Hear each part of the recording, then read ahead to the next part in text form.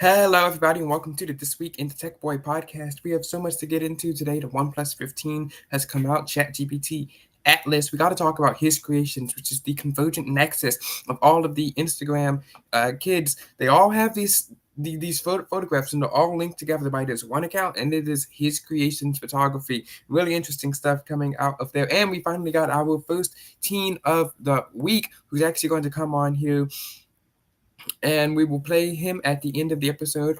You might have seen him at the end of the Truth of the Tech Boy web show a few days ago, and we taped a Teen of the Week segment here, and we're going to be talking about mutually assured destruction, and we already have another confirmed one. So finally, our Teen of the Week program, after thousands of dollars have been poured into it, is actually taking off, and we already got another one confirmed, and we're going to be talking about a response to mutually assured destruction friendship. We'll get into that at the end of the episode. But first, let's turn to our headlines on thetechboy.org. We got our regular 3 articles out this week. The Galaxy XR, I was able to go to the Samsung store. I did not get to see it in person, but I did get to see a video about it. They weren't doing any demos. So the Galaxy XR is an interesting device. It's running Android XR. It has Gemini built in. Gemini is at the forefront of this device. It has cameras, so you can circle to search your reality. I mean, it's a really interesting device. It's great. It undercuts the Apple Vision Pro. It's great and all.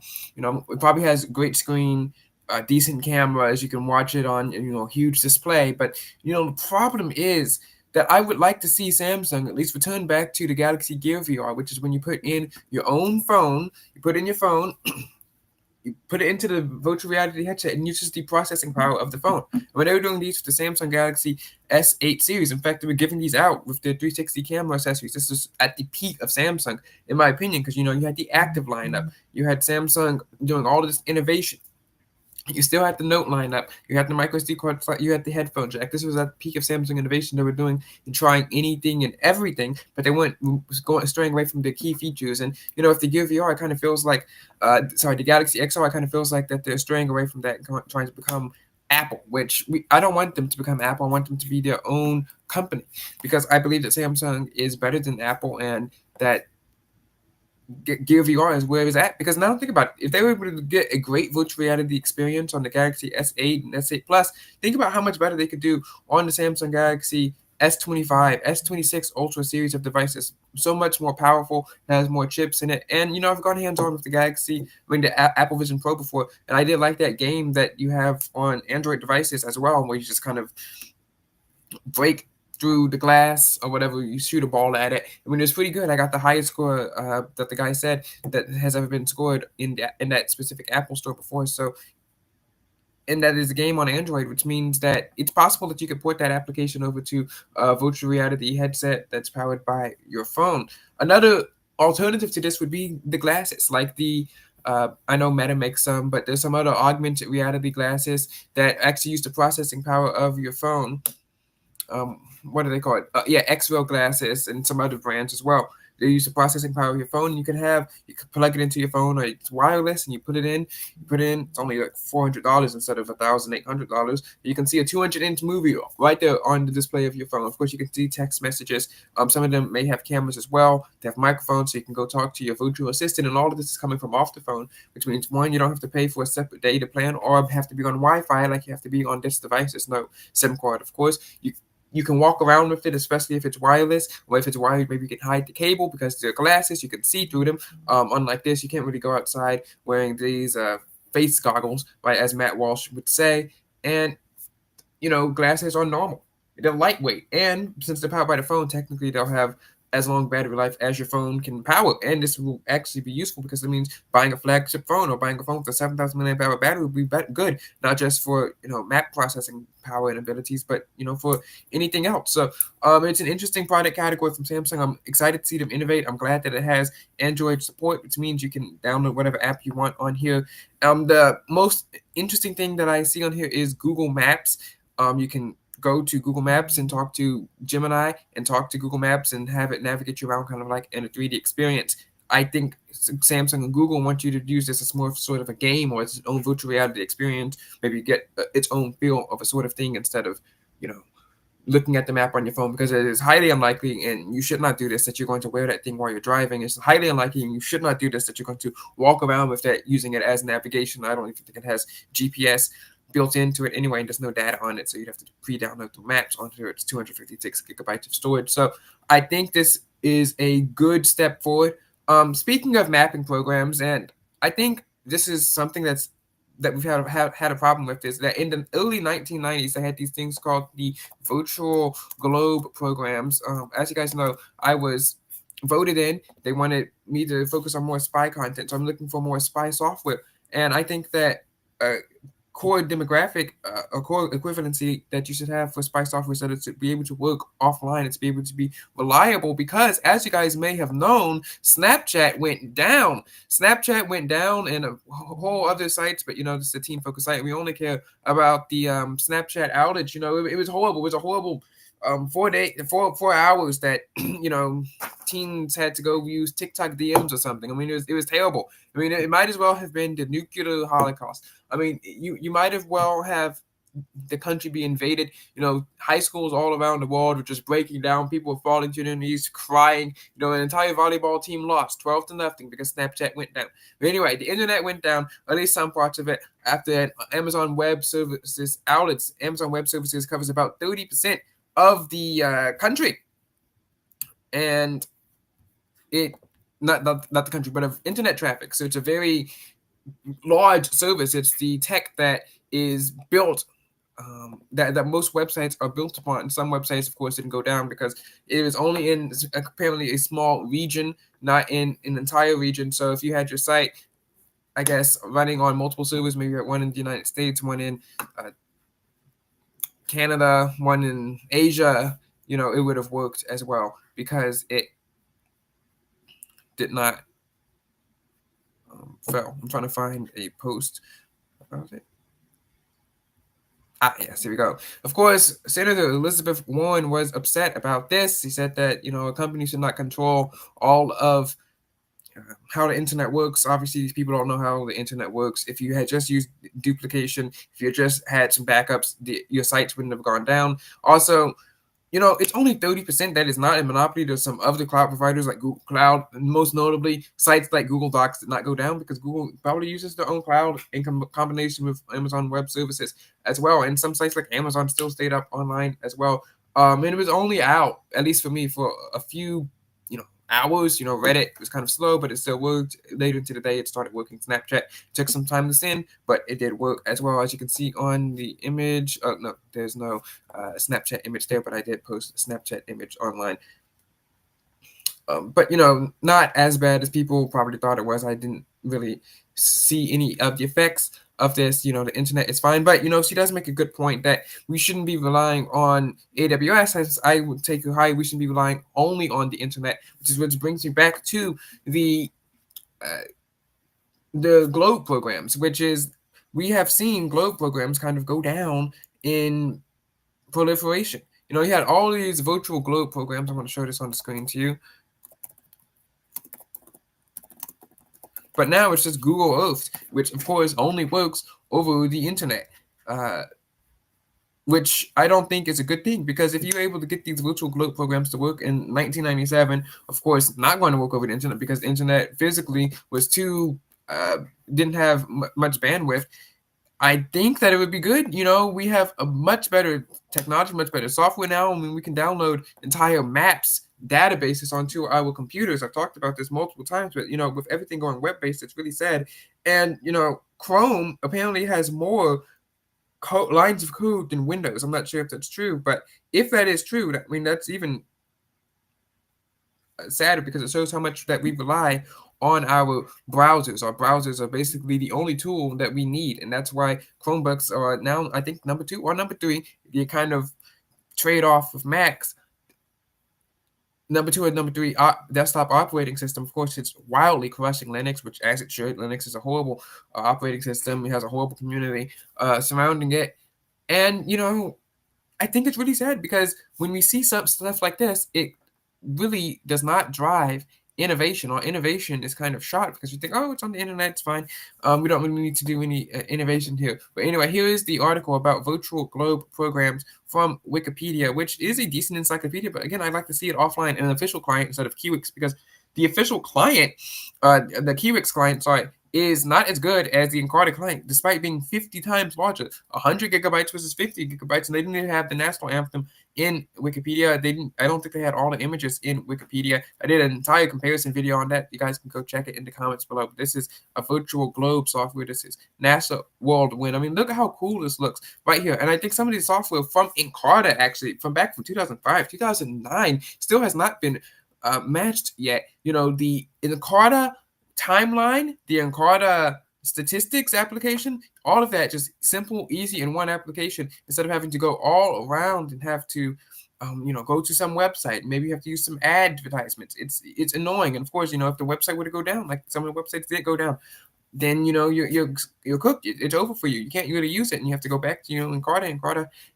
is probably not as secure anymore. I mean, it's almost 20 years old. It's from 2009. It's not been updated. I think, was Obama even president when that was written? Because he was president in 2009, but when they were writing encyclopedia, it would have been 2008. So it is sincerely outdated by about almost ridiculous. You shouldn't be using encyclopedia that old. But anyway, here are the virtual globe programs.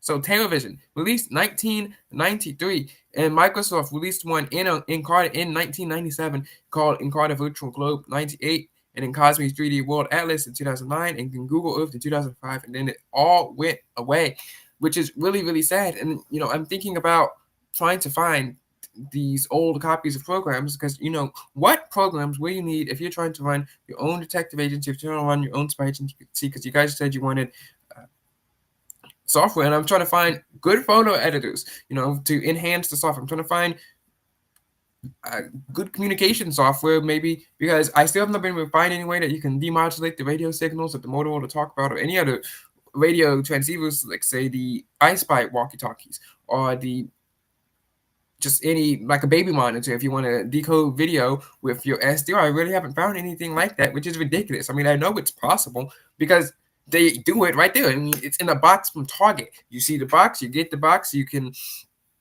see your baby monitor signals. I know some of them are encrypted, some of them may not be, but I need to know how this works, because this communication technology is really important. Of course, you're going to want to have your own globe program. I'm thinking about having your own maps program. That'd be really key, really vital for making your own maps for Nerf gun fights, for Nerf gun battles. We have software that allows you to create a home plan, home design 3D, which is really good. But you need to go outside sometimes. Sometimes you need to fight outside the confines of your headquarters, and sometimes you need to go outside and fight in the fields. Sometimes, you never know when you have to fight in the fields. And if you want to have a good base, you're going to want to have cameras, so you can see everything and you can communicate back to your base. You're going to want to be able to talk to your commanders. You're going to be able to want to talk to all your agents outside there. And of course, you're going to want to be able to simulate how fast and how far that your Nerf darts are going to go. I'm trying to get Grok and Gemini to help code me code for this. Some of the code is not that good, honestly. It looks like it was drawn in paint. Maybe I can put some screenshots up on the screen. I mean, it's really pathetic, and I really hope that the coding can get better, because I really do believe that we can innovate more, especially with the biggest innovation of our lifetimes, which is artificial intelligence. And I talked about this. I posted this, and of course, some of these people are some of the easiest people to rage bait. I posted an image of someone proposing with a Galaxy Wing, and I knew exactly the responses that I was going to get. You guys got played. Just super duper easy to rage bait.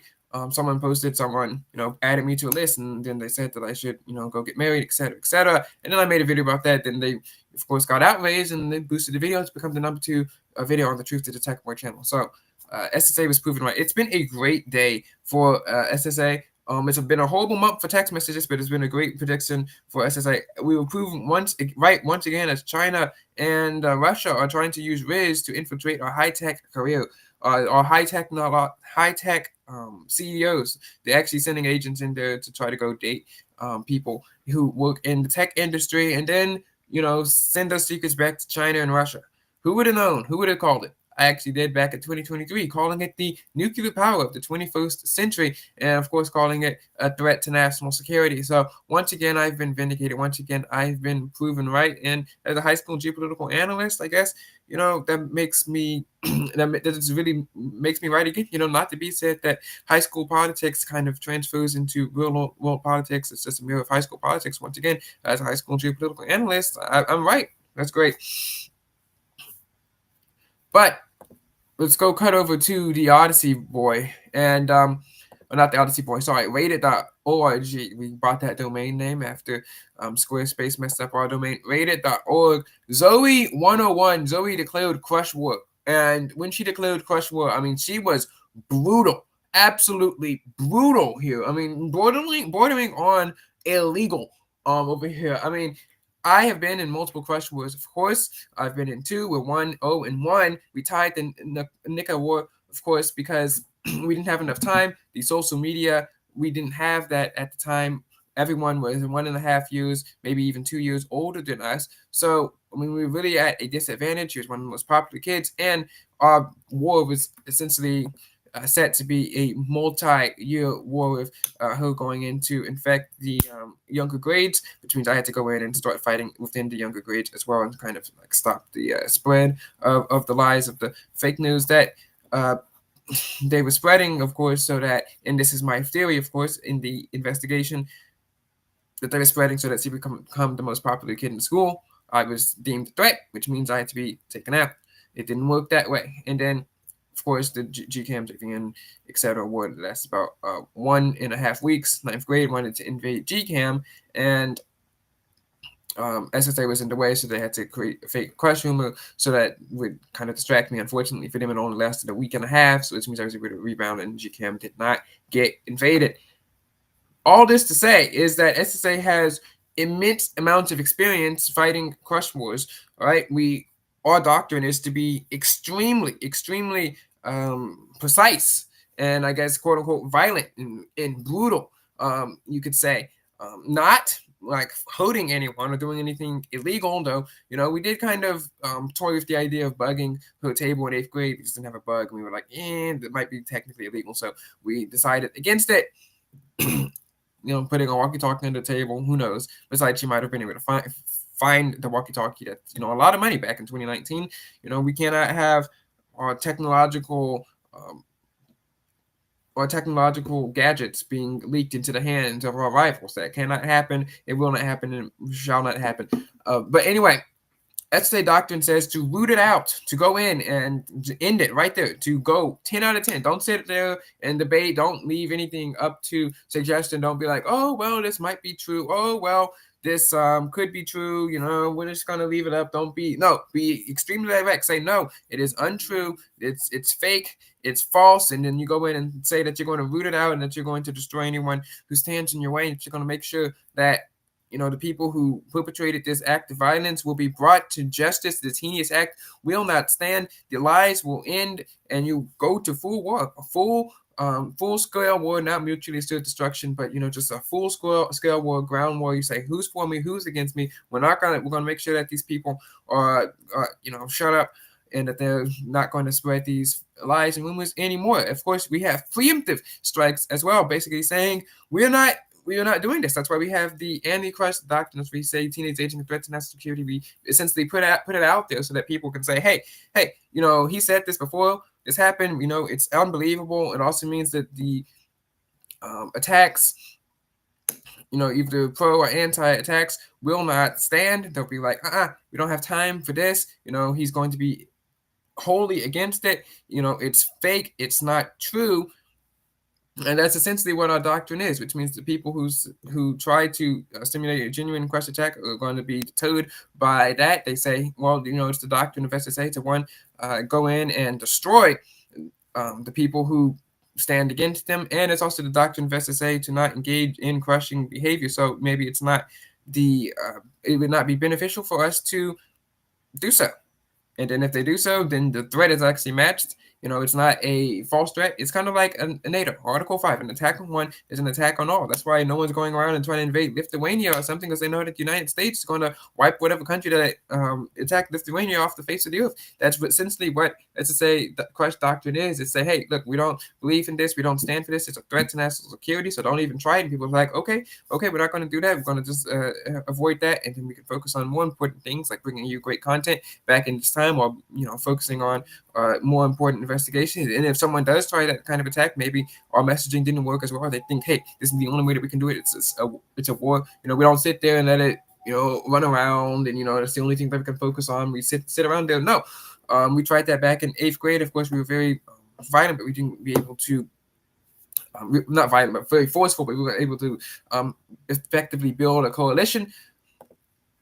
If you're able to build your coalition, then you're able to fight better. But it's our first time, so it's better. But anyway, all this to say, SSA Crush Doctrine is very focused on eliminating the threat as fast as possible.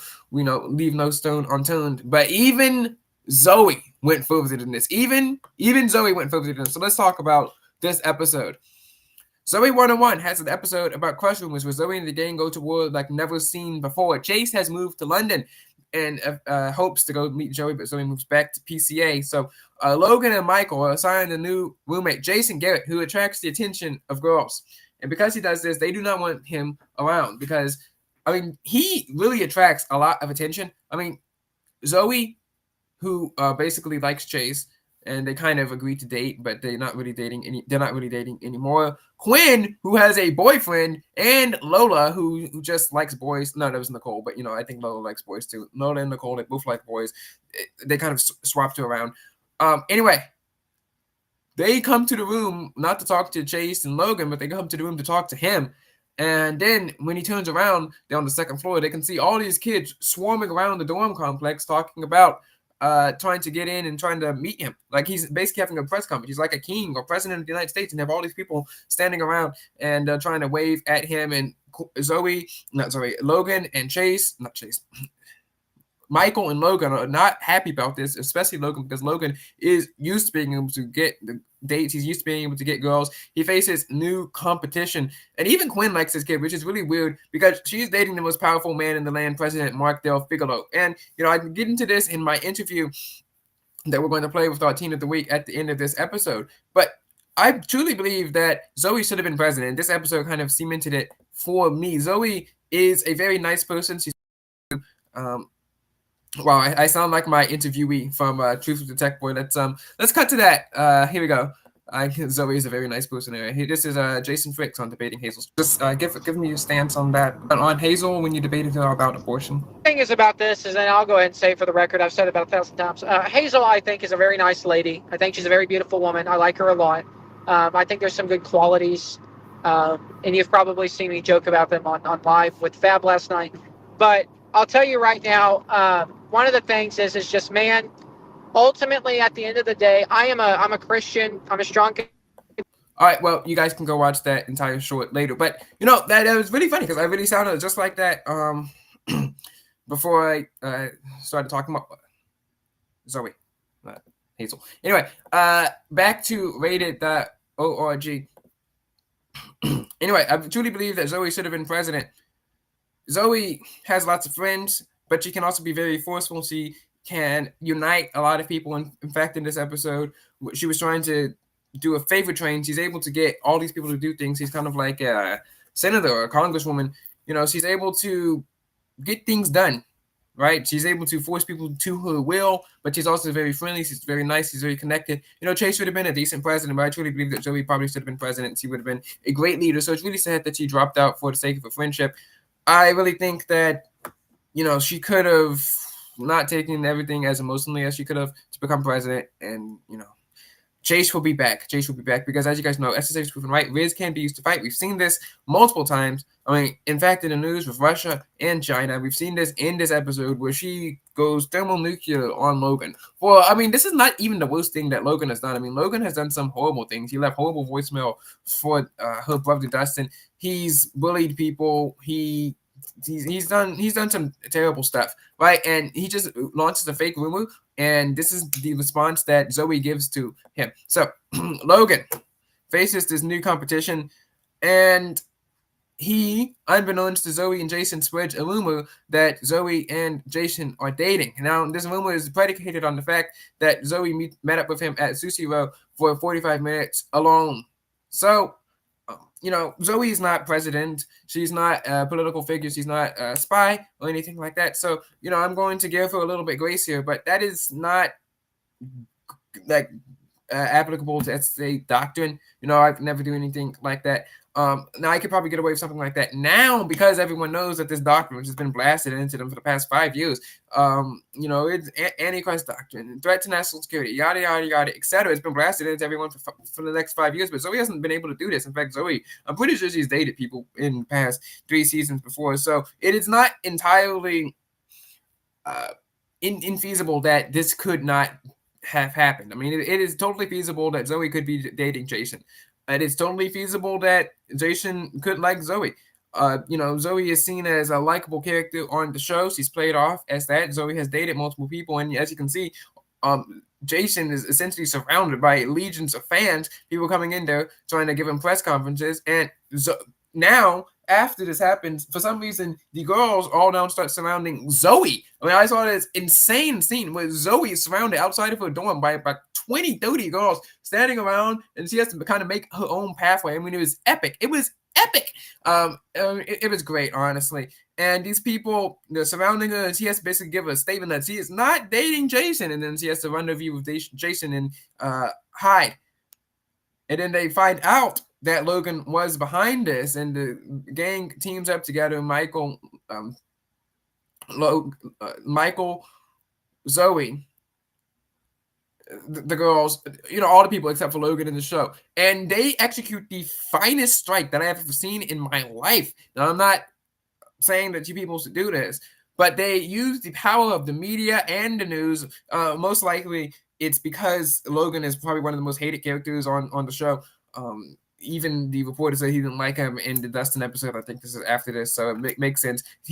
Zoe weaponizes. She knows the power of the media, and she goes in and she storms into the boys' bathroom, surrounded by the media, with live streaming to all the TVs in PCA, which PCA is such a great school, by the way. PCA has TVs all around. They have 24/7 live news coverage. The presidential elections are super high tech. It was one of the greatest episodes in the history of television. Of course, Quinn has a software that helps predict who's going to win the next election. We made that ourselves. Chase gets on TV to drop out of the race and concede. Mark Del Figaro gives his acceptance speech on TV on PCA News. PCA News reports on rallies. They run campaign advertisements. Chase, of course, made a fake one that disparaged himself, trying to make Zoe look that made Zoe look bad accidentally. He was trying to make himself look bad, but unfortunately that ad boosted him in the polls. It was a whole thing. And of course, Logan has his own super PAC. So the fact is that PCA is amazing, and they have their own news agency. And she barges in while he is showering and tries to basically say that they're going to pull down the curtain unless he confesses that he made up the rumor and that Jason does not have a crush on Zoe, and that Zoe and Jason are not dating. They give him 10 seconds, and she actually executes. He sends out people to pull it down. They kind of pulled it down a little bit, and then he decides to fess up live on PCA News, live on television. I mean, that is, love it or hate it, legal or not, that is expert military command. I mean, Zoe right there went from 1 to 10 to 11. Okay, she said, no, this stops here. We're going to end it right now. And she went absolutely nuclear. I mean, that's a precise strike right there. A tactical nuclear weapon of a strike. I mean, she didn't say, hey, let's take his money. She didn't say, hey, we're going to kind of like reverse spread rumors about Logan. Hey, we're going to have a war where, we have the pro-Loganites over here. We have the anti-Loganites, the pro-Zoe people over here, the pro-truth people over here. No, she said, hey, we're taking this to where he cannot win. We're going to use the news. We're going to use the media. Now, I don't understand why she couldn't have just given a press conference and on PCA News and said, hey, I do not have a crush on Jason. This is fake. Go on. But I guess they needed to see Logan confessed it himself. Logan does confess, and expert military command over here by Zoe. I mean, 9 out of 10, she's only made one mistake, which is, I guess, going to Sushi Row without having a backup plan. Getting caught. She knew. I mean, it wouldn't take an intelligence agency to know. Okay, I know sometimes you need an intelligence agency. You need an entire team of people going in and typing in, "Hey guys, look at QuestNet. Look at these connections over here. Let's look at what's happening. Maybe this person has a crush on this person because this happened and they followed this person, etc." No, she knew that Jason was popular. She knew that Jason was popular with the girls. I mean, he literally had press conferences. He had people surrounding him. He had the entire building surrounded just because he was in one of their dorm rooms. Okay, she knew that, and she still went hands-on, one-on-one with him in Sushi Row. I mean, what did she think was going to happen, honestly? And she did that without having any sort of a strategy. She did that without any sort of anti-crush message. So that is points off for her. But still, 9 out of 10, perfect execution by Zoe, perfect plan. She did a great job. Until 5 minutes later. 5 minutes later, she hugs the guy. And then they start dating in the next episode. Why? Why would you go through all this war? Why would you go through to essentially eliminate Logan as a threat, to essentially have him on his knees begging, "Please don't do this. Please don't do this. You took down one of the most powerful people in the school, one of the least popular, but one of the richest and most powerful people in the school." And then you just say, "Hey, well, you actually were right. Thanks, Logan." And then everyone just accepts it and moves on as they're actually dating each other. Which, I mean, then the rumors are true or not. Like, Logan should be vindicated here. I mean, Logan was proven right. Riz can be used to fight. I mean, did he just say that people were dating so that he could get them to date? I mean, what kind of 5D chess is this? I mean, if you think about this, Logan might be one of the smartest ones, because if Jason is dating Zoe and Logan doesn't want to date Zoe, he just wants to kiss her. Besides, I don't think he actually cares about the people who dates. He just dates them because, they're alive, and he pays them off. So it doesn't really matter. He's like, "Okay, you're a girl, you have a beating heart. Okay, that's great. I'll date you." That might actually be 5D chess over here from Logan, now that I'm thinking about it. To get Zoe and Jason to date each other, it takes Jason out of the market, and he has full run of the school. Now, of course, he goes and dates Quinn for some reason. I don't know why. Unless he wants access to a technology, which is a genuinely good reason. I mean, if you think about it, they're evenly matched. Logan has all the money. He has a rich father. He can get out of anything that he wants, which you might think, hey, maybe this means Quinn, it's a power imbalance. Logan is the powerful one in this dating relationship, and Quinn is not. Until you think about this, Quinn has military-grade technology on her wrist, okay? She is able to, one time Zoe accidentally fired it, and she shot down an entire fan with the wrist-mounted laser gun, okay? Quinn is able to dissolve stuff. She's able to get people stuck into situations. She's able to change the type of foods that are possible. With a little help from that girl, she's able to defy the laws of physics and make an anti-gravity machine. She's able to track people's IP addresses, not just to their geographical location city. She's able to track it straight to their dorm room. So Quinn is one of the most powerful figures on the show. I mean, she has military-grade technology on her ankles, on her wrist. She just shoots around lasers all the time. She can hack into anything. So if you think about this, Quinn and Logan are evenly matched. But I digress. For some reason, they start dating each other. But if they did not start dating each other, this might have been a 5D chess move by Logan, because this takes Jason out of the market. Jason's happy, and it keeps him out of the market until Zoe and Chase reunite when they come back to PCA. I would assume. I haven't finished the show yet, but assuming that Chase comes back to PCA, because he is a great character. He's one of the best characters on the show. So, what? I mean, honestly, 5D chess move by Logan if that was his intention. If it wasn't his intention, then he just got lucky. But yeah, that is my TV analysis for today. All right, let's talk about the OnePlus, because these, technically, the OnePlus 15. And, I think the OnePlus 15 is a pretty phone. I actually posted this on Instagram. And as you guys can see this on the screen, this is the OnePlus 15. Look at this. I mean, it's a decent color here, but I mean, look at that display. Edge to edge, from sea to signing sea, from New York to California here. Nice little curved edges here. I wish it had, the curved edge on the side like a waterfall display, but it didn't have it. Speaking of curved edges, I went hands-on with the Motorola Edge 2025, and yes, technically it would be a downgrade from my phone, but I mean, I kind of like it. I kind of like it. Now it's only in the store, but it did feel really super fast and slick. However, I did get sent for my job a Galaxy Z Fold 5. Unfortunately, they don't let you install any non-work apps or anything on here, so I can't do any speed testing. But I have been able to play with it. I've been able to run around with it. It's running One UI 5.1.1, and you know, I actually like it. I like it a lot. Even though the cameras are technically worse, and even though the performance should be technically worse, it feels a lot smoother than my phone. Now I do know that's probably because I don't have any pictures on it, or no pictures on it actually. I don't have as many apps on it, and I haven't been able to use it as much. But for a folding phone, it feels fine. I mean, it is so smooth. I've never been able to, have a folding phone most of the time. I've only gone hands on it with that at the Samsung store in the gallery, which I've gone to and wrote an article about. Great experience. Anyway, One UI 5 still has features in there that One UI 7 does not have. Coughs. Secure folder actually works as a secure folder. Coughs. You can actually, when you open up an application in pop-up view, you can dim it down, kind of like make it invisible. I think I did an article about that. I do not know why Samsung deleted this, but I mean, in all terms of things, this feels very, very smooth. It's a great phone. The cameras are decent, and the fingerprint sensor is great on the side of the phone. Of course, I use this because it's a work phone, so I don't have anything personal information on here that I would be scared that someone snuck up to me and forced my finger onto the phone. That's why I have a really long password on my main phone. But I digress. The Edge felt really smooth. It reminded me of the Z Fold 5, so maybe it means I should change phones to maybe just a different S24. Maybe I need a battery replacement or something, because the battery life on the Fold feels fine to me as well. I mean, I'm not using it all the time, but I have video calls I have to take.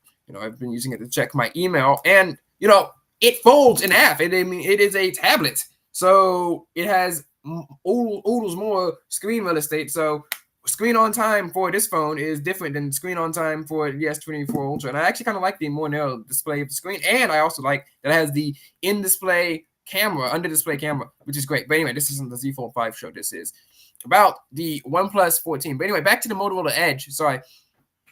It has 4 gigs less RAM, so only 8 gigs of RAM, but it has a nice waterfall display. It has all these features, made it feel really nice. I mean, maybe I should switch to Motorola. Maybe it'll come out with something in 2026. Maybe it'll add 12 gigabytes of RAM or something. And Motorola has their own artificial intelligence as well. Of course, I couldn't test it because you need an account. I'm not going to let you do that in T-Mobile or whatever.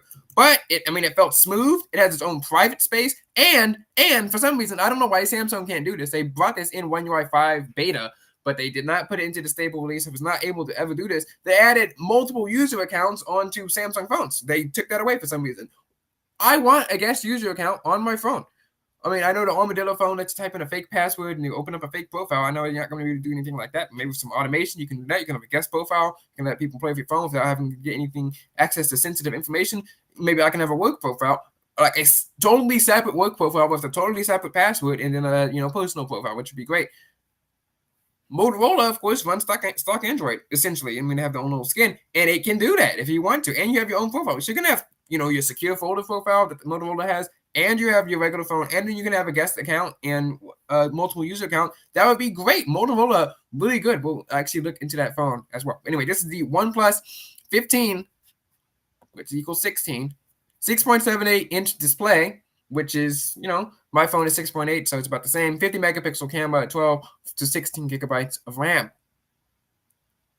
And I actually do like this camera layout, camera bump. It doesn't look like the stovetop design. It kind of reminds me of, if you just zoom in here and then hide that, it kind of reminds me of an older phone maybe from like 2018, but then you add that, you have your zoom camera, you have your wide camera, you have your flash, you have an ultra wide, or maybe it's a macro. We'll look into that. It's great. We have a great screen. It runs Android 16, a 50 megapixel camera. I'm really excited to see the reviews come out. I haven't been able to go into it. 3.5 optical zoom. I think that's good because 2 times digital zoom is pretty good, especially with the 50 megapixel camera. As long as I'm not trying to say it's optical, I'm pass it off as its own zoom. I think that's great.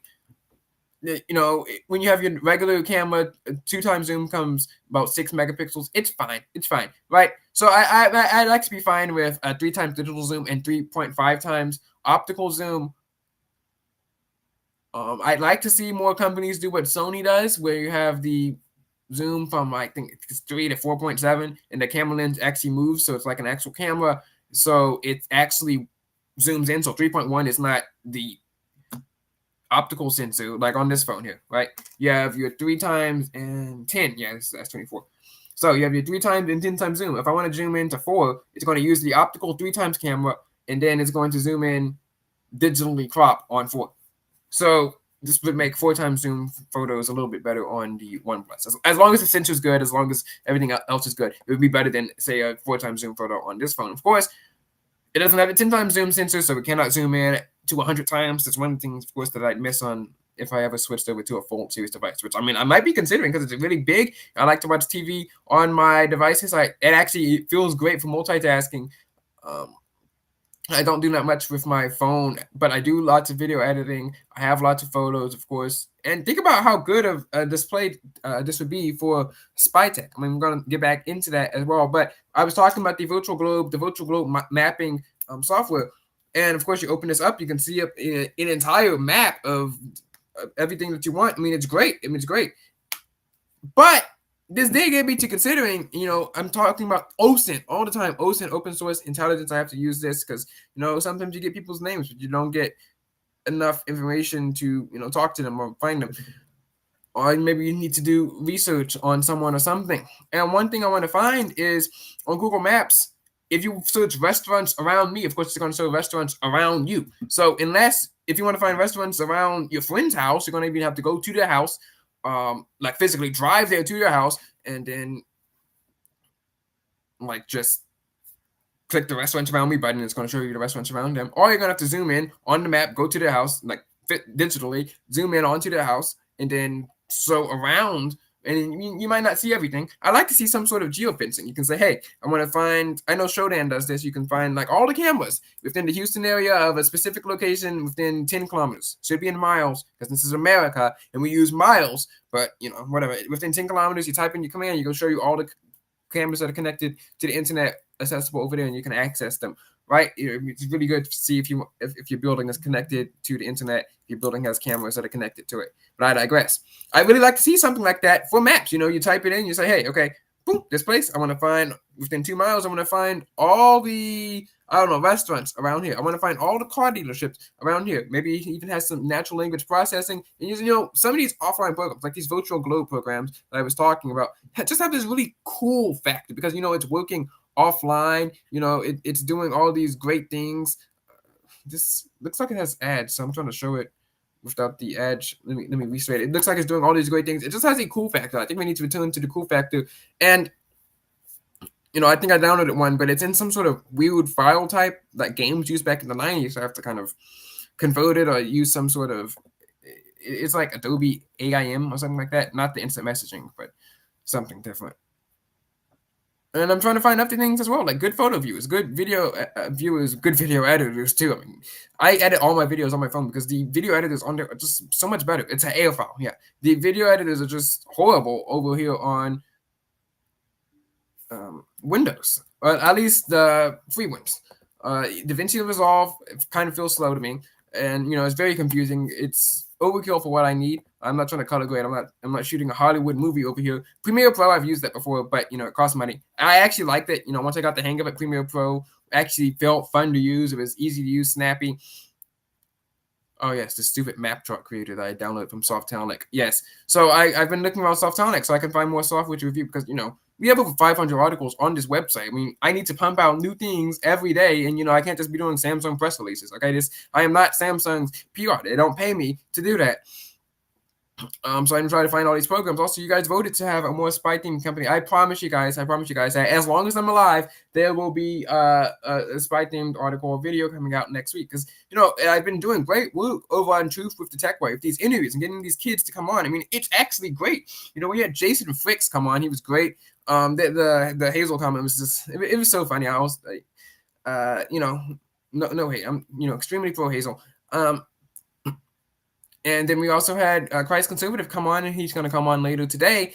And I also got someone new. What's her name? Layden King. She's going to tape today, and then she'll probably go up on the channel tomorrow, and then next week for our next Teen of the Week. I mean, it's great. We're finally getting our Teens of the Week, and there's great content in there. It's great news, pro America content. But we are still, as you can see on the display here, we are still a tech channel, and we still need to find tech news and reviews as is the name of the channel. And I need to still pump out 3 articles a day, and no, heck no, 3 articles a week, and I still need to pump out, some interesting tech video for you guys. Of course, I was able to talk about this with artificial intelligence, and you guys got mad about that. Of course you did. I said artificial intelligence is going to bring me a best friend, which, I mean, I really hope it does. And you're like, oh, well, it's so depressing. It's so sad. And, is it depressing and sad? Maybe. But look, I'm completely and totally irrelevant. Look over here in the display over here, to the one person that is looking on the screen. Yeah, totally irrelevant. Also, I have hopes to become, relevant one day. And, I can't just be giving around secrets to any random person on the internet, right? And, you people are going to be like, oh, well, just go to somewhere. Okay, I can probably have an excuse for any of this that actually is valid. Friends are not just gonna spawn out of thin air. And I have some people that sometimes talk to me, but look, they're busy. Okay, they have lives. They have lives. They have college. They have they have I don't know anything else. Okay, look, if on the list of priorities, talking to me would probably be at the bottom. Which, if I was not me talking to me, would also be at the bottom of my list of priorities. No one is gonna. You people actually think that people sit around like, hey guys, it's great. You know what we want to do today. I could do literally anything else on planet Earth, or I could talk to me. Sane people would probably do anything else on planet Earth. Okay, look, everyone knows that. It's extremely, I'm an extremely boring person, right? They have stuff to do. Okay, they have work. They have to walk a dog. I don't know. They have a funeral to attend. Who knows? Okay. And oh well, Christy Milan is like, wait, you're not my best friend. Well, Christy Milan, let's not forget that you did block me in April over in the night Wonder War. So that was that. Also, Christy Milan, I have no idea who you are. Actually, who knows? You could be a spy for the Canadian government. You could be a spy for the Toronto Blue Jays, for all I know. Also, the security aspects of having an artificial intelligence best friend are kind of the same security aspects as having a best friend that's on the internet and that you don't know in real life. You chat with them over the internet. I don't know. You send them a direct message that has the same probability of leaking or going down as, say, a ChatGPT DM. Now, I would like a more structured platform than ChatGPT. ChatGPT is kind of a yapper, and it goes on tangents. And I'd also like something that's a little bit more secure, but computers are getting so much more power. We got 32 gigabytes of RAM over here, 12 gigabytes of RAM over here. Some phones have 16 gigabytes of RAM. You can run some of this stuff offline. Maybe you can build your own server and set it up so that you have your own AI model that's accessible over the internet, so you can use it on your phone, but it's not going out to the cloud. It's not going out over to open AI servers. And of course, you want to say something, you can use private mode. It might come back in a legal case, but it's not going to come back in training data or something like that. I use private mode all the time. Private, and also, I have some questions or things I want to talk about that if I talked about to someone in real life, let's say I'm running for president in 2024. Oh well, would you look at that text messages leaked? Because it is a horrible day, week. It's been horrible months for text messages in the United States. Okay, let's be clear. Politico leaking the text messages. That Attorney General from Virginia leaking the text messages. Candace Owens leaking the text messages. It has been a horrible month for text messages. Okay, let's just assume that whatever you text is going to be in the New York Times in 5 years. Okay, so if I'm going to talk to someone, I want to tell something, someone like that, it's my best friend. I probably wouldn't text them, because if I would, I don't know, die or run for president or do anything that they do not like, mutually assured destruction, and my text messages are going to end up on the front page of the New York Times. Of course, I'm not going to end up on the front page of the New York Times. I got to actually do something relevant for that. I know someone who's about to be in the New York Times. Congratulations. But you got to do something relevant to be in the New York Times. Apparently my text messages are going to end up on the New York Times in 5 years or something like that. It's been horrible for text messages in America. So, I mean, honestly, I haven't seen any ChatGPT DM leaks in months. Okay, I have seen like 5 or 6 text message leaks in the past week. Okay, so let's just assume that your text messages are essentially just writing to the New York Times 5 years into the future. Okay, that's how this works. Whatever you text is newsworthy. Okay, I like popcorn. It's going to end up on the New York Post over here in 5 years. I mean, Honestly, it might end up into anything can end up in the New York Post. The New York Post will just post literally anything. Literally anything. Oh, I'm a mom of 7 and you know, men pay me so I can send them my toenail clippings and I became a multi-quadrillionaire. And the New York Post was like, wow, this is newsworthy. This is great. Oh, I'm a mom of 5 and I have 4 children that I like and I hate this other kid. Wow, I'm newsworthy. Like, okay, bro. So, I mean, honestly, your text messages, you might as well use it as a comment section at this point. Okay, text messages are useless. But anyway, getting back to this point, is that if people that, no one actually cares that much, they're not going to text me because, they have lives to do. So their text messages aren't going to end up in the New York Times. And, of course, I guess if they're over Snapchat, it's fine. Unless they screen recorded the Snapchat, then, it's different than Snapchat's leak.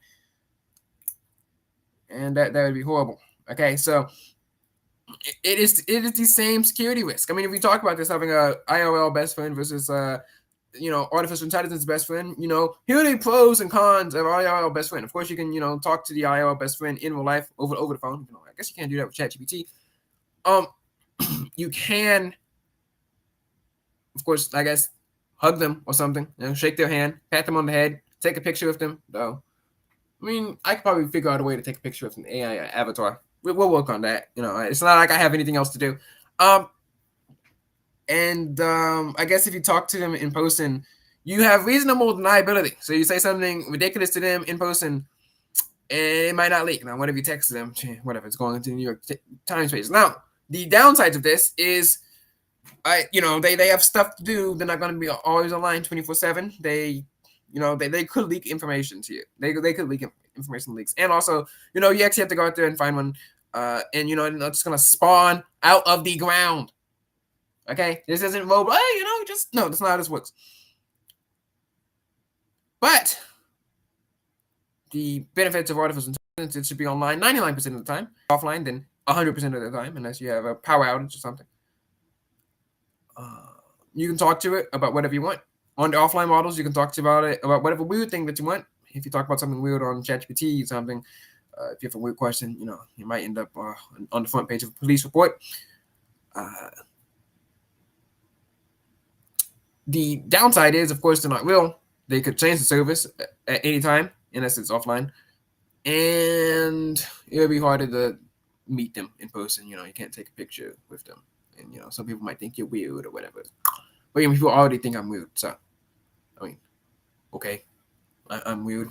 Congratulations. Speaking of weird, you people apparently don't know what a church is. Let me tag Gabe over here. What's his name? Virginia. Now he asked me to talk about this. I went to church on Wednesday. I went to Battle of the Schools. It was a great big event. And I said, I'm proud to be an evangelical because I know, again, like you people are the easiest people to rage bait on planet Earth. I posted that, and you people are so easy to rage bait. It's so funny rage baiting you people. And I knew you people, all the Catholics would come out of the woodwork and be like, hey, look guys, there's a fog machine. There's a fog machine. And there's like lots of people in a church. And they brought a car onto the stage. And they had a Mario Kart game, and they had a scooter racing around, and it's great. The kids actually wanted to be there. The church was exciting and fun, and they sang music that was upbeat and was written in the past 50 years. This is outrageous. This is horrible. I don't know what this is, but all these people came out of the woodwork and pretended to not know what a church was. You people are you had a fog machine. I mean, it was better than I actually expected. Let me show you some pictures of this great thing, of this great event right here.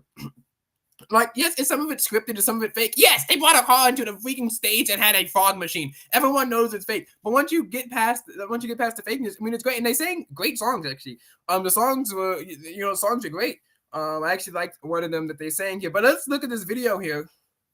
I mean, it doesn't just look epic. Look at all these kids standing here worshiping God, being great. And I even had my Snapchat thing here. They had screens and cameras, and, it's great.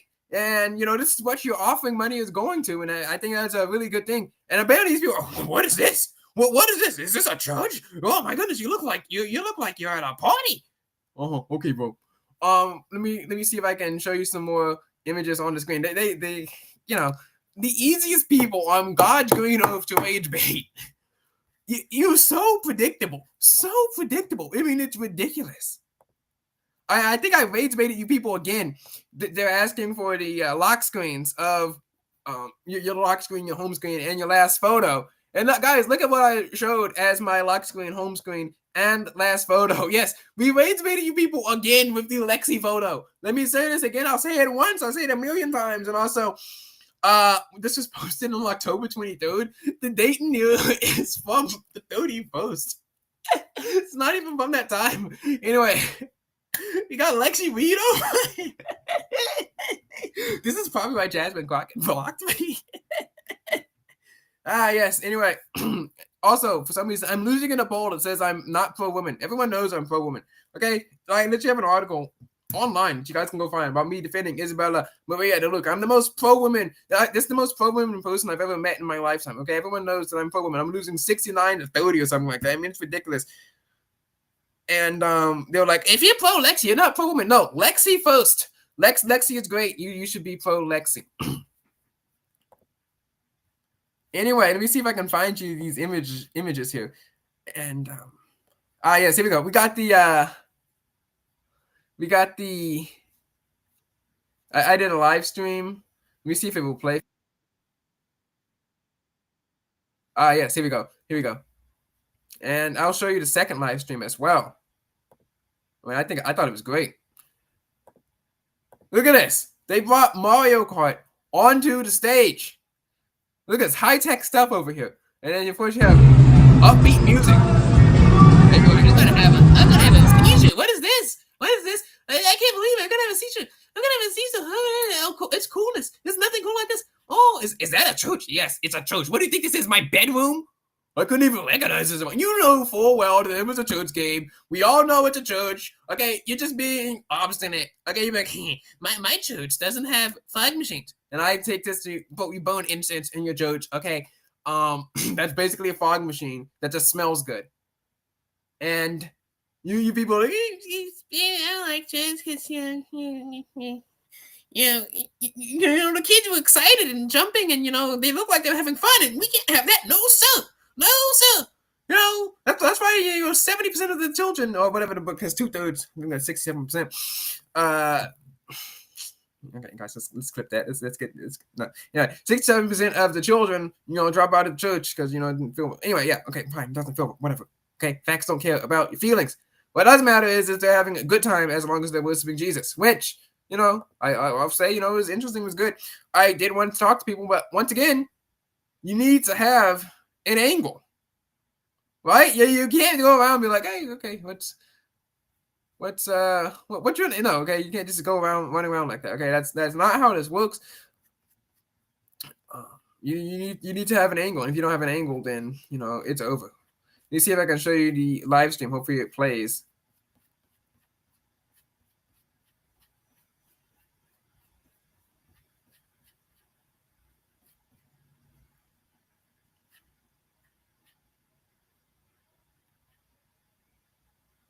Wait, look at this. Let me just show you this photo here on the screen.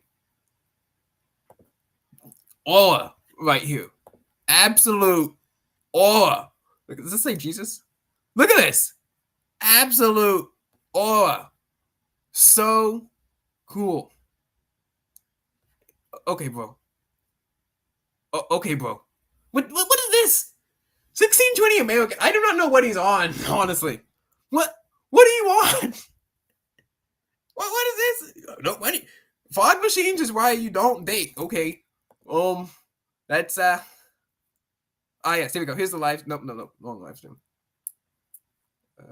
Nope. Oh, here it is. For some reason, it isn't in bed. And on phones, the coolest. You can live stream right here from a phone. And for some reason, 5 people sat here and watched. Let me see if I can show you the clip of the people singing.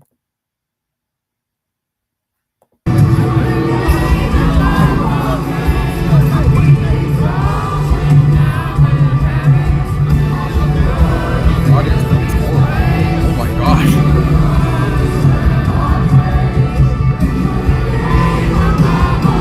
Anyway, that's great.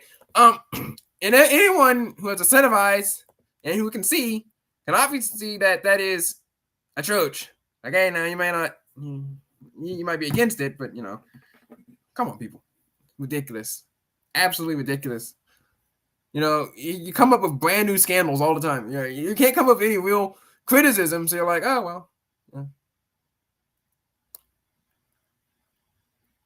All right, this react to Mr. Who's the Boss. He tested out some luxury technology. Let's see what this luxury tech is all about, and then we're gonna get cut to our team of the week. No spinner because we got actual team. All right. I already started watching this video, so I gotta rewind. We're gonna speed up this guy over here because we've been going on for an hour. Because I'm yelling about church I'm preaching to the choir over here, and the choir is me. Anyway, cut the camera. And let's see which one has more charge in 20 minutes. What? When most people buy power banks, they think of Anchor. When most people buy earphones, they think of AirPods. When most people buy AirPods are kind of luxury tech, not gonna lie. Smartwatches, they think of Fitbit. But this video is not about most people. This is tech designed for the uber rich, going all the way up to a, no joke, $139,000 set of headphones. Where did he even get, where does he get this money? How much does he make on ad deals where he can just drop over $100,000? I mean, that is maybe not a house. That's a house somewhere, but I mean, that is a very nice car, multiple cars. You can probably pay for 12 years of private school with that kind of money just for some headphones. Bro, what are you trying to hear? That I'm a little scared to even touch. Now, I would guess that a lunchbox isn't what you normally associate with luxury. You kind of imagine Jeff Bezos doing it all. Lunchbox is crazy. Has his meal hunted fresh in front of him when he hits his lunch break. But, I mean, if you think about it, what's that book? Fun Jungle? That's probably where they get the meat. But if you were to use one, it would be the $300 steam box. Because this steams your food when you're ready to eat. So I started the steaming 20 minutes ago. You just empty this water container into the heating base and then control it using the app on your phone. Imagine you try to bring this to school and say, no, you can have a phone. But you're like, I need to cook my food. And you're like, okay, fine. And it has just finished. Whoa, we weren't kidding about the steam. Freaking hot, actually surprisingly hot. But when we're talking about the ability to reheat your lunch, that is a very good thing. I'm really curious how this compares to just reheating in a microwave. Oh wow, it actually has that "this was just cooked right now" feeling to it. Would I buy a $300 lunchbox? No. Is this cool? No, it's actually pretty hot. It's amazing. It's completely evenly heated. The meat hasn't gone super firm. They kind of cooked with this one. I mean, clearly, this is a niche product. Because you've got to fit a battery and a water tank and a heater, the actual What if it exploded? space you're getting for your food isn't massive. And most offices will have microwaves anyway that do most of the same job. But if you're somewhere that doesn't, I would way rather have this than a soggy, cold sandwich that's been in my pocket all day. Anyways, back to work. Because anytime someone asks me for a computer mouse recommendation, I will always tell them, go for the Logitech MX Master. No, unless you have a desktop with you, why would you use a mouse? I use a touchpad.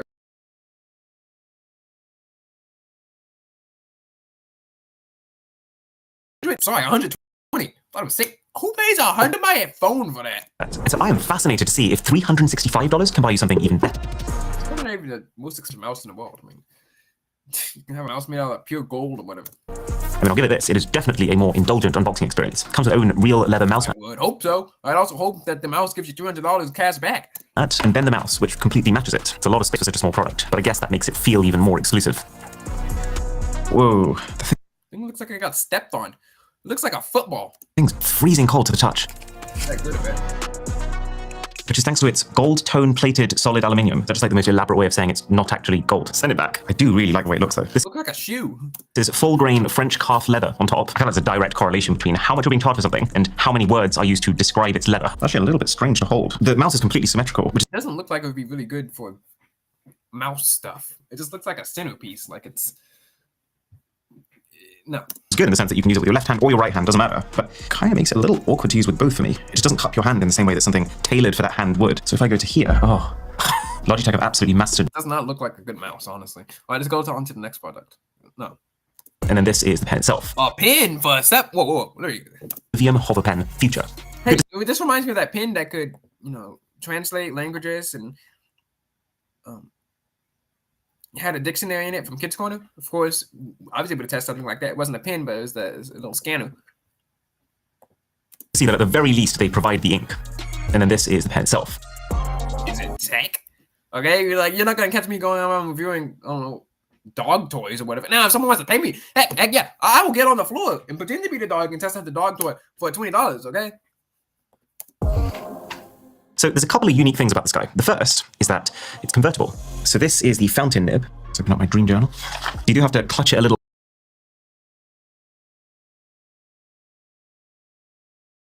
harder than I'd like.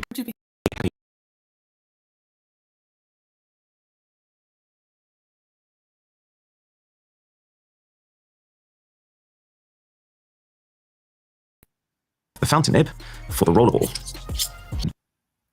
Woo. Whoop-de-doo. You know you can get like 100 packs. Not 100 pins, 100 packs of that for the same price. Okay? I could probably buy a stock in Bic for the same price as that one pin. But then again, that's a bit of a weird one because this is just using a very standard generic cartridge that you can buy for not a lot of money at all. So not that impressed so far. But then you've got the maglev pedestal. So your pen goes into the middle there, and then it just holds. I don't care. It's gonna take me to Mars or something? But, oh wow, but it's magnetic. It's magnetic. Whoop-de-freaking-do. I don't care. Can I spin it? Wow, that's really cool. I've messed around with quite a few levitation devices in the past, and they always It costs more than a PlayStation. It costs more than an Xbox. It costs more than my phone now. I could genuinely find a Z Fold. Let's actually go check this. Z Fold 5 with stylus. We want it in good condition. Bruh, you can get a Z Fold 5 for $500 on black market here. You can get a Z Fold 5 and an A16 for the same price as this one pin. extremely finicky. This, surprisingly, isn't. It has quite a large sweet spot and it's fairly stable. Oh, I also like the fact that this is not an electromagnet, so it doesn't need any power at all to keep holding your pen like this. That is actually scratching up the base pretty badly. How is this even remotely useful? Hey guys, you got a $600 base and a $13 pen. Which, by the way, $13 for a pen is still insane. There's no way on God's green earth I'm gonna pay almost $800 for a dang pen. More like 170 is the nib. This is an 18 karat solid gold nib, and it is. And I care why? What is it going to appreciate in value? Like, what if you lost this pen? Very pretty, but I really feel like instead of having a pen for which 80% of its worth is concentrated in the tip, they should have put that money into just making the rest of the pen feel more premium, like this lid. Yeah. How can you make a pen feel more premium? A pen is a pen. Like, it's not like, oh, you need to plug it in and get your software updates. It's far too squeaky for a pen that costs as much as a flagship smartphone. And it shouldn't be getting damaged when you're using it for its intended purpose. Except the $900 Nike Hyper Boots. Okay. Nike Hyper Boots should actually do something to back up that Didn't he just review these? diabolical price tag. Now, to my slight disappointment, that thing is not fly around the city. Oh man, they don't fly around the city. Useless.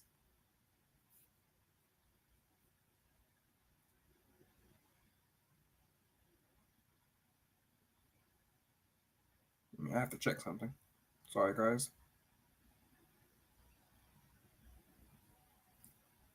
Totally useless text message. Saving humanity like Astro Boy, but they do apply compression and heat to aid your foot recovery. Oh, these are also really comfy. They feel like a glove, but then also really squeaky too. Kind of sounds like they're wet. Now, hold down power buttons, and that's going to kick into max heat and max compression. And in theory, I can just be standing around, going about my day while that's happening. Whoa. Wait, it's a shoe with the heat warmer? I think I remember this happening.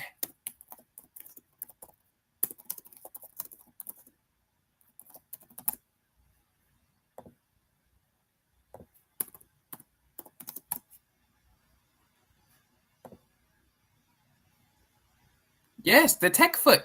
From season 1 episode, I promote Tech Foot from iCarly. iCarly had a shoe with the feet warmer. Wow. We're in the future, guys.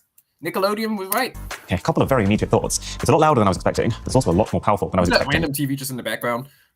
Whoa. Okay, a couple of very immediate thoughts. Being crushed. In a good way. And it is boiling hot. My skin feels right on the periphery of getting singed. I've actually started playing. It would be nice if you had app control, because I don't want to have to like get down on my knees and have to change the heat of my shoes all the time. Football once every couple of weeks, and my feet come back a wreck. It really does feel like 15 minutes of this a day is going to burn them back into place. You can turn it down. I'm doing this myself, technically. The only thing that's missing is it doesn't have coverage of this top foot area here. Everything else is being very thoroughly compressed. Luxury here. Actually buying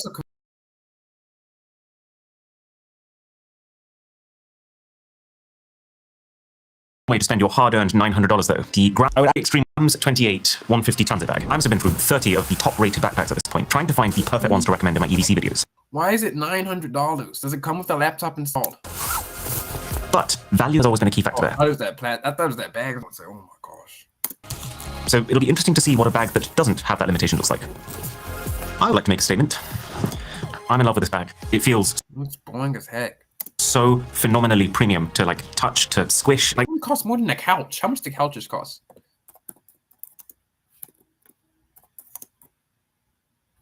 You can get a couch, sectional sofa here for $895. $695. Well, it's not even an exaggeration. This dang bag costs more than a couch. Like these shoulder straps, they feel like a stress toy. There's not a single bit of rustling on the inside. It's almost like they've got a gel interior. And the entire thing, everything you can see is 100% Italian leather. So it's also really durable. The thing I would say I like about this the most is that this is not a big bag. It's actually the opposite of bulky, but they just planned it out in such an intelligent way that there's Does the bag fly? space for everything. Like, first of all, it opens up completely flat, which I love to see in backpacks because it allows you to pack it fully like a suitcase. It actually comes with a packing cube. Okay, I'm not going to sit here and watch a review for a backpack that costs more than the GDP of South Africa. With a much cleaner silhouette and even a lifetime warranty, I would say yes. I would say this is like dream bag territory. You do not need it, but I would totally on the channel. But I've never paid the best part of $1,000 for the pleasure. Couldn't you just buy a tablet? You could buy like 5 tablets. It won't be good tablets, but why would you buy this? So the brand new digital paper by Montblanc has a lot to prove. This packaging design is so sick. And then on the inside is the pen, and then the paper itself. This is still better than that stupid pen.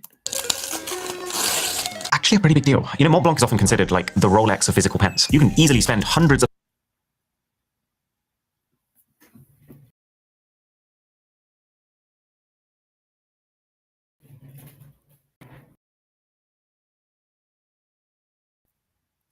$500,000.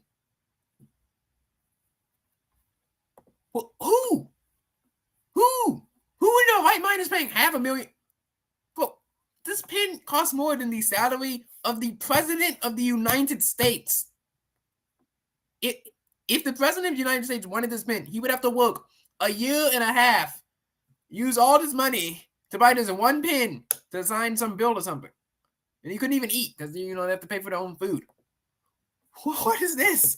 Who's going to pay for this? thousands of dollars on one from them. So the thing that I'm extremely curious about is, what is their vision for the digital writing experience? This is like if Rolex made a smartwatch. First things first, it's a lot heavier than it looks. It's great that you can use it for reading if you wanted to, and the screen looks incredibly sharp and detailed, but it's so much heftier than a normal e-reader that I think you'd be Looks skinny as heck. making a mistake if you were using it for that. So what about the writing? I've got to say, not that impressed with this pen. For a company who prides themselves on craftsmanship and materials, sure is a lot of shiny plastic here. The way the pen works is kind of interesting because they've custom designed 3 different types of tip. They've got linen, which is the roughest one, and then it goes matte and then smooth. So let's try the linen. Ooh, it does actually feel really nice. It's got a little bit of scratchiness to it. That's nice. I've tested something like this before. It was on actual paper. The pen would scan it into the app. Only costs $160.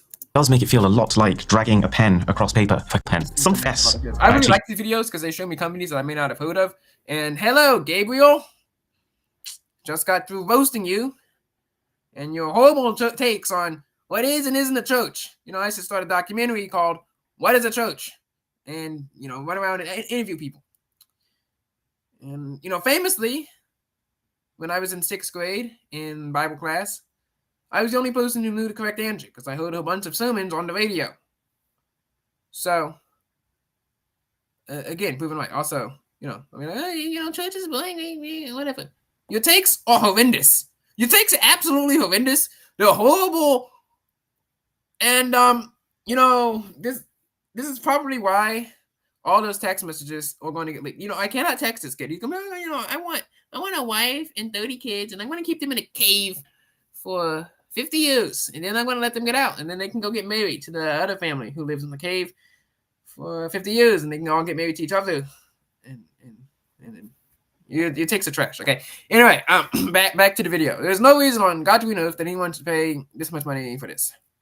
In its own way, as a tool for writing, I'm a big fan of this. I love how the pen just snaps onto the side, doesn't Whoop-de-doo, it's $900 wiggle at all. I love how a fairly swanky-looking Montblanc app on your phone. Oh yes, this notepad is probably worth more than the phone. Okay, it's been just over 20 minutes since we put these phones on charge, so the anchor is on. But you're kidding me. Exactly 69%. So that's an $80 brick. Amaze's $1,000 brick has done 27%. Oh, it's not part of the state. Oh my gosh. But what is this at? 5 watts? Oh, you could have stuck that phone out in the sun and would have charged faster. I didn't have high expectations, but that still hasn't met them. Honestly, I'm kind of gutted. I actually really wanted to love this. It's just so pretty. It's aluminium all the way around the sides. It's calfskin leather on the front and the back. The fact that you have this... Whoa. Just use this. $50. Well, actually, I got mine for free, but $50 for you normal people. Actually working physical dial to show you how much battery the pack has left is really... Why? Oh my gosh. Bro, these people. Unique and charming. Plus, if you flip it around, it can also wireless charge. So you rest your phone on the H in the middle here if it's just sitting on your desk, but it's not MagSafe compatible. Gabe, he doesn't want 50 kids, he wants 30. Sorry. So sorry about that.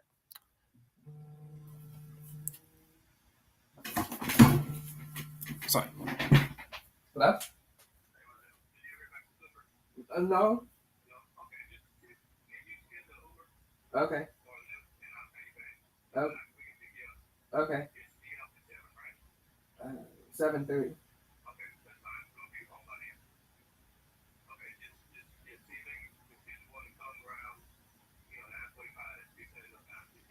Okay. Bye. And we're back here. Sorry, I have to schedule something over here on my app.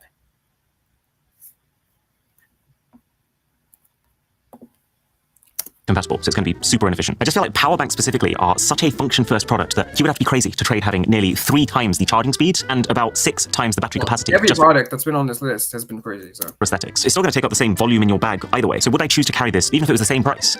No. But now it's time to break through the $1,000 threshold with the Icebreaker keyboard. That is such serious business. It comes presented like a bioweapon. The crazy thing here is that this thing is milled from a single solid block of aluminium. So it looks like it kind of looks like an industrial keyboard from like maybe the 70s or 80s. It has like a space sci-fi kind of look.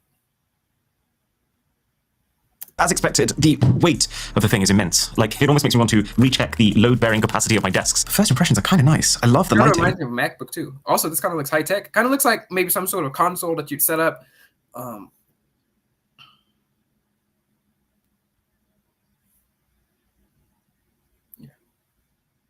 It's very vibrant, and there's so much space here. I feel like we're at a level of pricing where the keyboard comes with its own desk. It's kind of cool because it gives you basically unlimited area to rest your wrists against, and it also creates room for a very satisfying rotary encoder. And this is programmable, but right now mine just lets you do the very basic volume up and down. They've even gone as far as to, I forgot how damn heavy the thing is, micro-perforate these metal keycaps, which are also completely custom made by the way, so that the backlighting actually bleeds through. The effort that's gone into this is hard to dispute. Okay, moment of truth.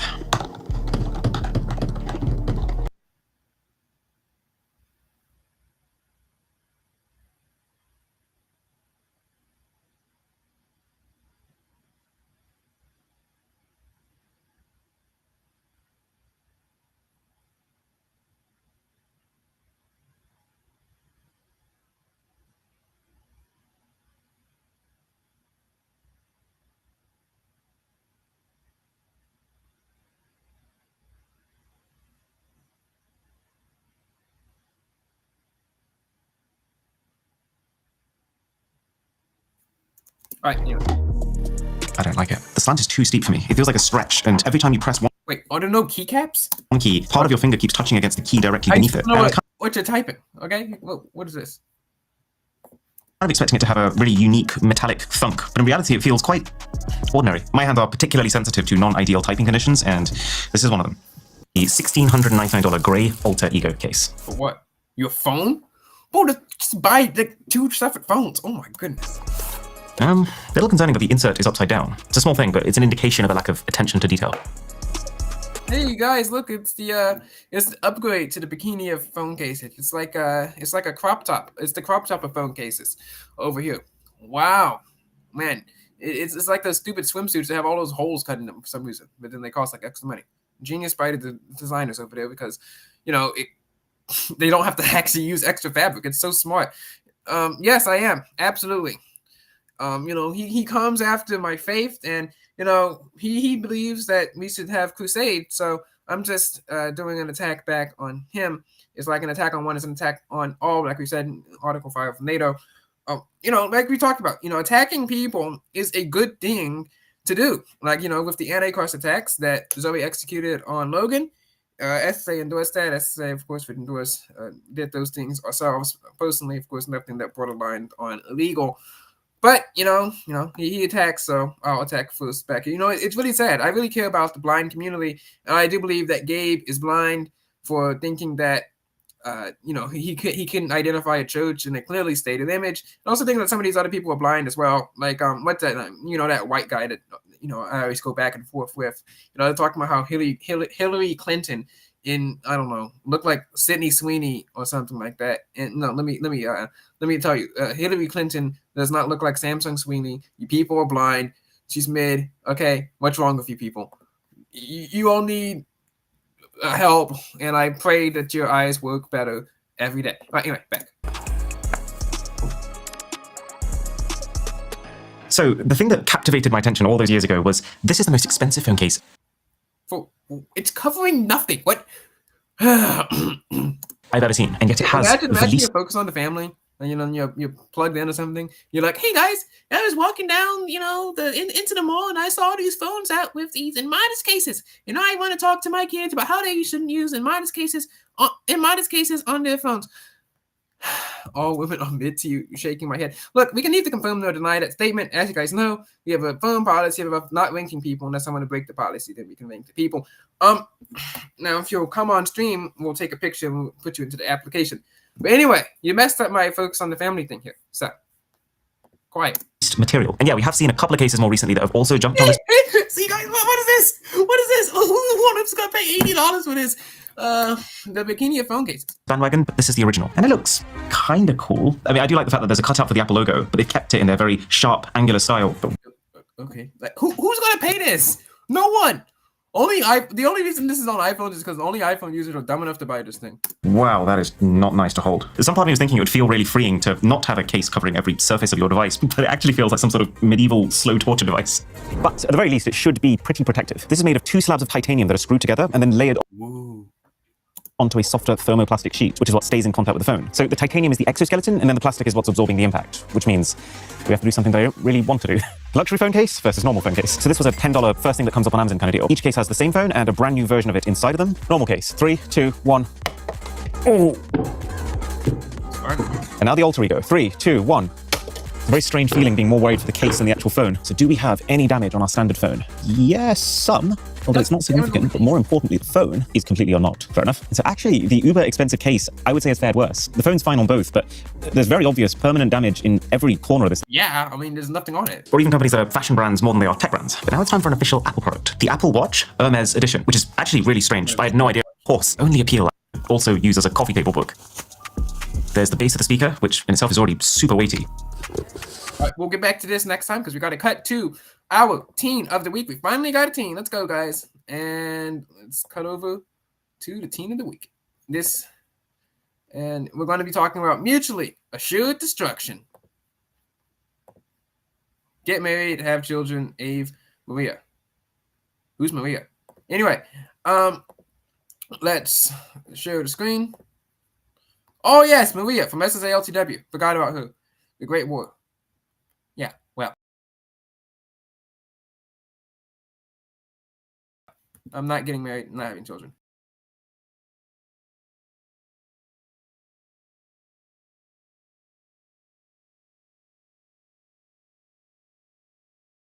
Mutually destruction, friendships. I don't know if you saw this, but I explained this by essentially, you have this group of people who are friends with each other, but if they were to stop being friends, they each have information on each other that they could both leak. So they stay friends because they would essentially stop being friends, and both their reputations would be ruined if they weren't friends anymore. So they both essentially have blackmail on each other.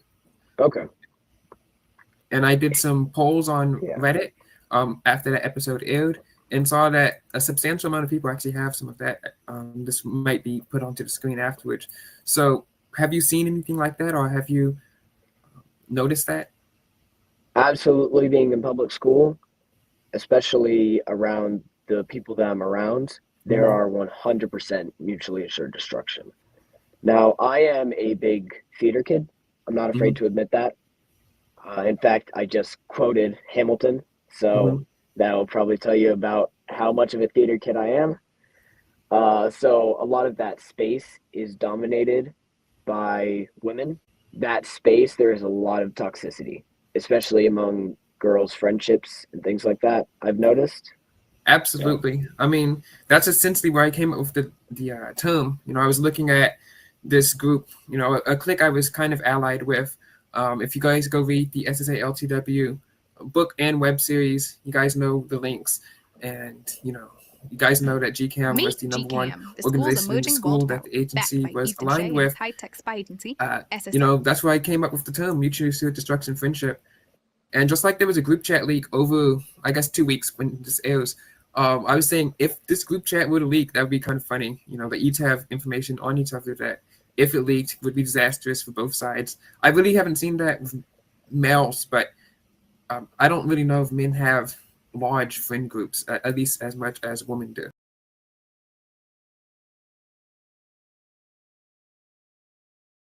Well, if you don't like a guy, you're just not going to be that way. You have to stay with somebody, even though you're not really friends with them, in order to maintain democracy, I guess.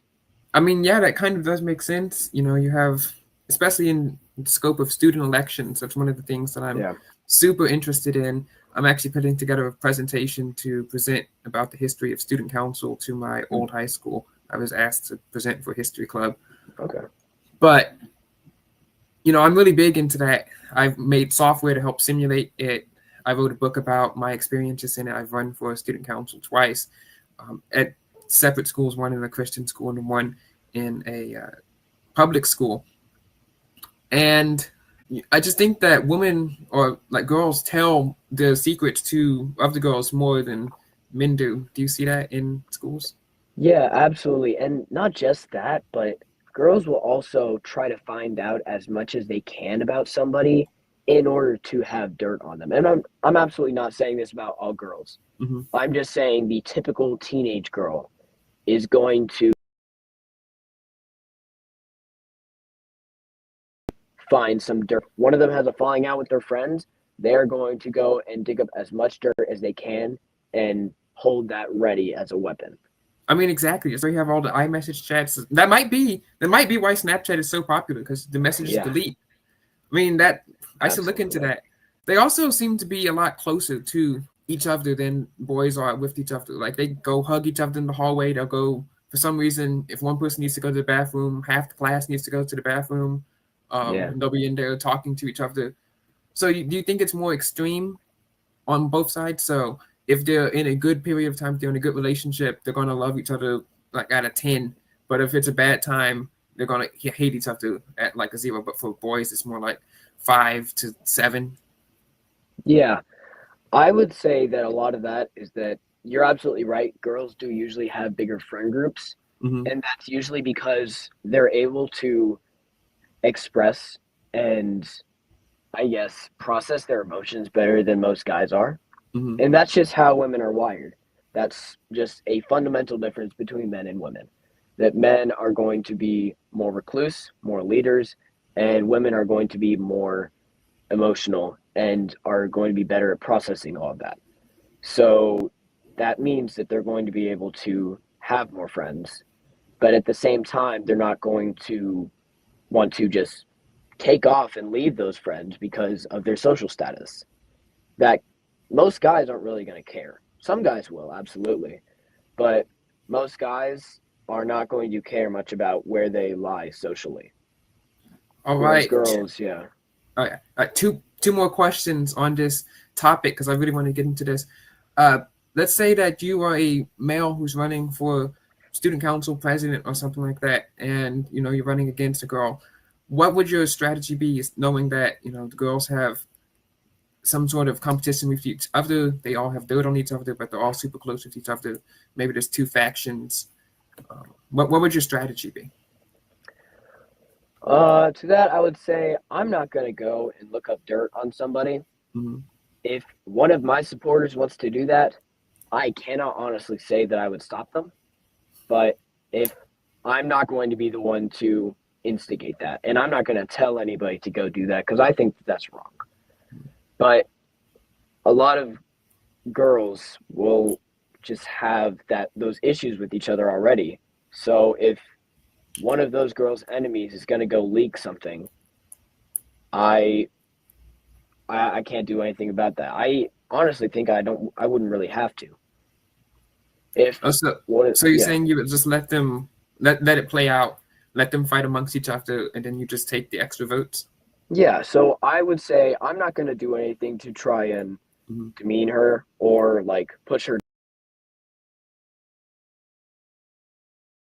down because I would need to. The girls are going to have infighting themselves and get as many people to vote for me as I can, while promoting myself, not demeaning her. If that makes sense. You kind of look like Chase from Zoe 101, and he ran for president against Zoe, and it was a disastrous election. They both dropped out. It was so sad. Oh, I think Zoe should have been president because she's pretty violent and upfront. She can really execute judgment, but she does a good job of being friends with everyone, even the people that she doesn't really like Logan. to be honest, I haven't seen Zoe 101, Mm-hmm. so that might be a little bit of a gap in my expertise. But Well, some of the people who watch this channel watch the show. I've put clips up on Instagram and on YouTube. They actually get pretty high ratings, like just little short clips of the show. It's really good. all right. Teen in school, and let's say that you want to run your own detective agency, because in the series SNLTW, the book and the election, and the web series, of course, it's about me running around being a detective agency, running for student council, kind of getting inside of student government and kind of merging it with the intelligence agency, kind of merging it, of course, with the cliques that we were talking about. But let's say that you're in school, you're pretty popular. How would you run your own detective agency? I think that if I'm popular enough, I can get into contact with the people that I need to.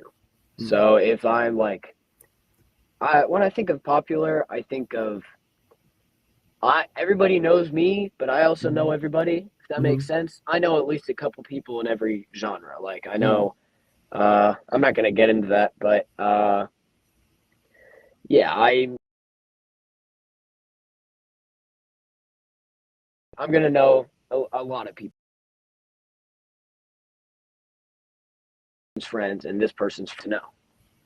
So as a teen in school, how do you think that I kind of think it's kind of like a cryptocurrency, but how do you get those people to decide? You're kind of democratically elected if you think about it as popular, then you get to stay. I think in my school, I might not exactly be an authority on this because at my school, popularity is a little bit weird. I don't really know how to explain it. It's almost like everyone. I live in Tennessee, so there's a big Southern hospitality culture. So it does not take a lot to get in with the popular crowd, if that makes sense. If most of the people who want to be popular will be, who actually care about it will be, and most of the Did you just people who try? yeah, really. I mean, you just have to go talk to the football players and like wrestling is really big at my school, so go talk to some of the wrestlers. And everyone's so incredibly nice, at least most of the people are, that you're gonna find community wherever you go. So I'm not exactly an authority on this at all. I've always wanted to go to a big high school football game. What is it like? Big high school football game. I couldn't tell you, to be honest, because our football games are never that big because we lose all the time. Oh, well, how many people show up? We get quite a few. Probably about 300 most games. 300. I mean, that's games. That's pretty big. I know in Texas they have like huge college-sized stadiums. I've never been inside of them, but 300 people is still a lot. I mean, I graduated. My school had 50 people into high school, so that's 6 times the high school. Yeah. Well, it's not too weird to me, to be honest. People just kind of sit in the bleachers, do their own thing, halftime, get some snacks. It's like the fun part is being in the student section and cheering for everybody. That's pretty fun. Getting some body paint and stuff. Is it true that the football players date cheerleaders? Oh yeah, absolutely. So the movies are true. The movies are true, yeah. It's not necessarily true, but it seems to be kind of like the people who want to date just to date are going to date the football players or the Mhm. cheerleaders, vice versa, you know. And the people who are dating for because like they actually love somebody or like somebody or whatever are going to date whoever they want. So, Sometimes that is a cheerleader with a football player, but yeah, all right. it's So, pretty. Sorry. final question, and then we'll end the recording. So in the SSALTW series, we have this whole thing about how dating kind of drives the school. It's kind of the thumb of what the agency is looking behind. They look behind dating, and it's kind of like you can see how everyone's dating and how it kind of intersects with each other. So it's deemed a national security threat. Do you see that teenage dating being a national security threat at your school? Do you see it kind of influencing uh, elections, or how high school politics works, how cliques form, rise and fall, or if any secrets leak? Is that a thing that happens? I can absolutely see how friendships will rise and fall, and how Mm-hmm. cliques will rise and fall, and people will get in and out of cliques based on who they're dating, whatever. And like some cliques will merge, some will like Mm-hmm. leave and kind of split down the middle. In my experience, there hasn't been something like a big revision or a big gap between two people or between two groups or cliques Mm-hmm. because of a breakup. But I know absolutely that it's happened. I Um, mean, I can see how if someone has private information that they have on someone, maybe like top secrets or phone passwords. I know that for some reason sharing passwords is popular amongst high school relationships, and since yeah, 98% of high school relationships fail, they will most likely fail before they graduate. I can see secrets leaking, passwords leaking, just being an entire huge breakup and shakeup in the schools politics. I was reading a book on high school elections, and dating definitely influenced the results of that election, with people just revealing secrets they knew about each other. Um, I think this Angelina and someone else, they were running against each other. Angelina, and she was running against her ex-boyfriend, so they each had secrets on each other. They each had information. It was it was a whole thing, but I guess it's not like that in real life, or is it? yeah. In my experience, it's not really like that in real life Mm-hmm. because mostly if there's a breakup between two people, they'll just keep it between those two people. And maybe the girl will go tell her friends, like, not to go talk to that guy or his friends Mm-hmm. anymore. But usually the guy's not really going to care, in my Mm-hmm. experience at least. Some breakups are pretty bad, especially with cheating and hookup culture and all of that. But usually it's not too bad from my experience. All I right. don't think Well, I've ever stopped. Sorry. oh, I sorry. don't think I've ever stopped being friends with somebody or because my friend broke up with them. Or I Mm-hmm. don't think I've ever stopped being friends with one person in a relationship because two people broke up. All right. Well, thanks for stopping by. Thanks for being our teen of the week, and God bless. Tech talk to you later. All right, you guys, make sure you guys check out our Teen of the Week, thetechboy.org/teen if you want to apply. And make sure you guys go check out The Truth with the Tech Boy web show. We're doing such great content over there and on Instagram. We finally hit over 100 followers. We're coming for you, people. Um, you know, uh, we finally hit 100. Now our next goal is 3,000 followers to overtake our Teen of the Week, Kinley, and then Addie, and then we're going to win. God bless. Tech talks to you later.